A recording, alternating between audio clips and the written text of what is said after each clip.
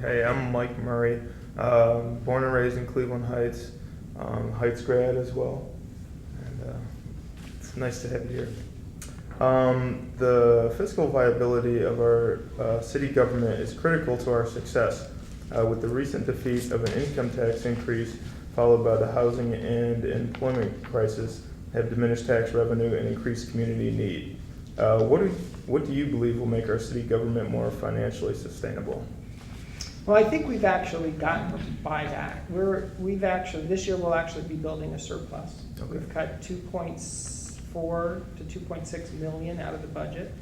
I don't think we've substantially decreased the level of services we provide. We've changed some leaf pickup. We're having some problems with that machine picking them up. It saves a lot of money, but it makes noise, and we're looking at whether it does more damage than good. But we've done those changes. We've reduced Kane Park. We've reduced the community center. So we've lost. It's not like we haven't lost substantive things, but we're still, the police response time's still immediate. The fire response time's immediate. We're getting the roads fixed. We're getting the water fixed. The garbage is getting picked up. The leaves are getting picked up. Snow is getting plowed. So the city's functioning and functioning well, and we're doing it at a reduced cost.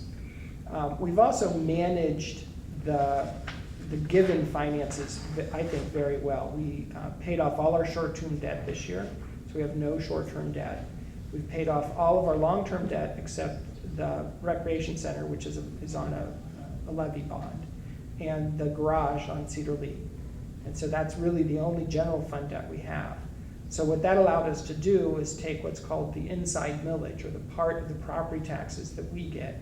We have always traditionally assigned that to our interest. That's how we ensure that the bonds are rated well. They know we have the money coming, so we get a good rating. Well, since we don't have to pay that interest because we paid off all the short-term debt and we're not incurring any this year, that chunk of money is now available for the general fund. So that will tide us through the downturn in the income tax. The income tax decline will peak next year in my estimation. Now, if it continues to get worse, we'll have to readjust. But I think right now we're pretty financially viable. Okay. We're building a surplus. We've got about $2 million in surplus. Our bond rating's remaining high, and we've managed the situation in a way that allows us to be positioned to build moving forward. I think that what we need to do, because I don't believe we can, I won't vote to put an income tax increase on the ballot because we can't bear it. It's just not, we can't continue to do that right now. So the best way to do that is to get more people here who are increasing the income base, because that's the only way we can do it. The state doesn't allow us to tax anything else or expand our base or what we do. So we just need more people. Okay. The current housing crisis creates an immediate threat to our neighborhoods and our financial viability. What do you believe City Council should do to address the crisis that can transform these vacant properties into an asset? Well, I think that the stimulus money is helping. A lot of what is required to solve some of these issues is a resource question. Okay. We have all the rules in place, but if you don't have the money to do something, you're kind of stuck. So the stimulus money is a really big boon to this city. We've got we got 500,430 something. We've got some other pots to work on the housing issue. So we've actually taken the HUD homes. I think the progress we made with the Westover home, we gave it to HRRC for the cost. It was like $2,500, which was the dollar in our closing costs and stuff. And they turned that back into, I think, one of the most beautiful houses in that street. We're doing that in other places. We have some other HRC homes. We have Lutheran Housing is doing a couple of them.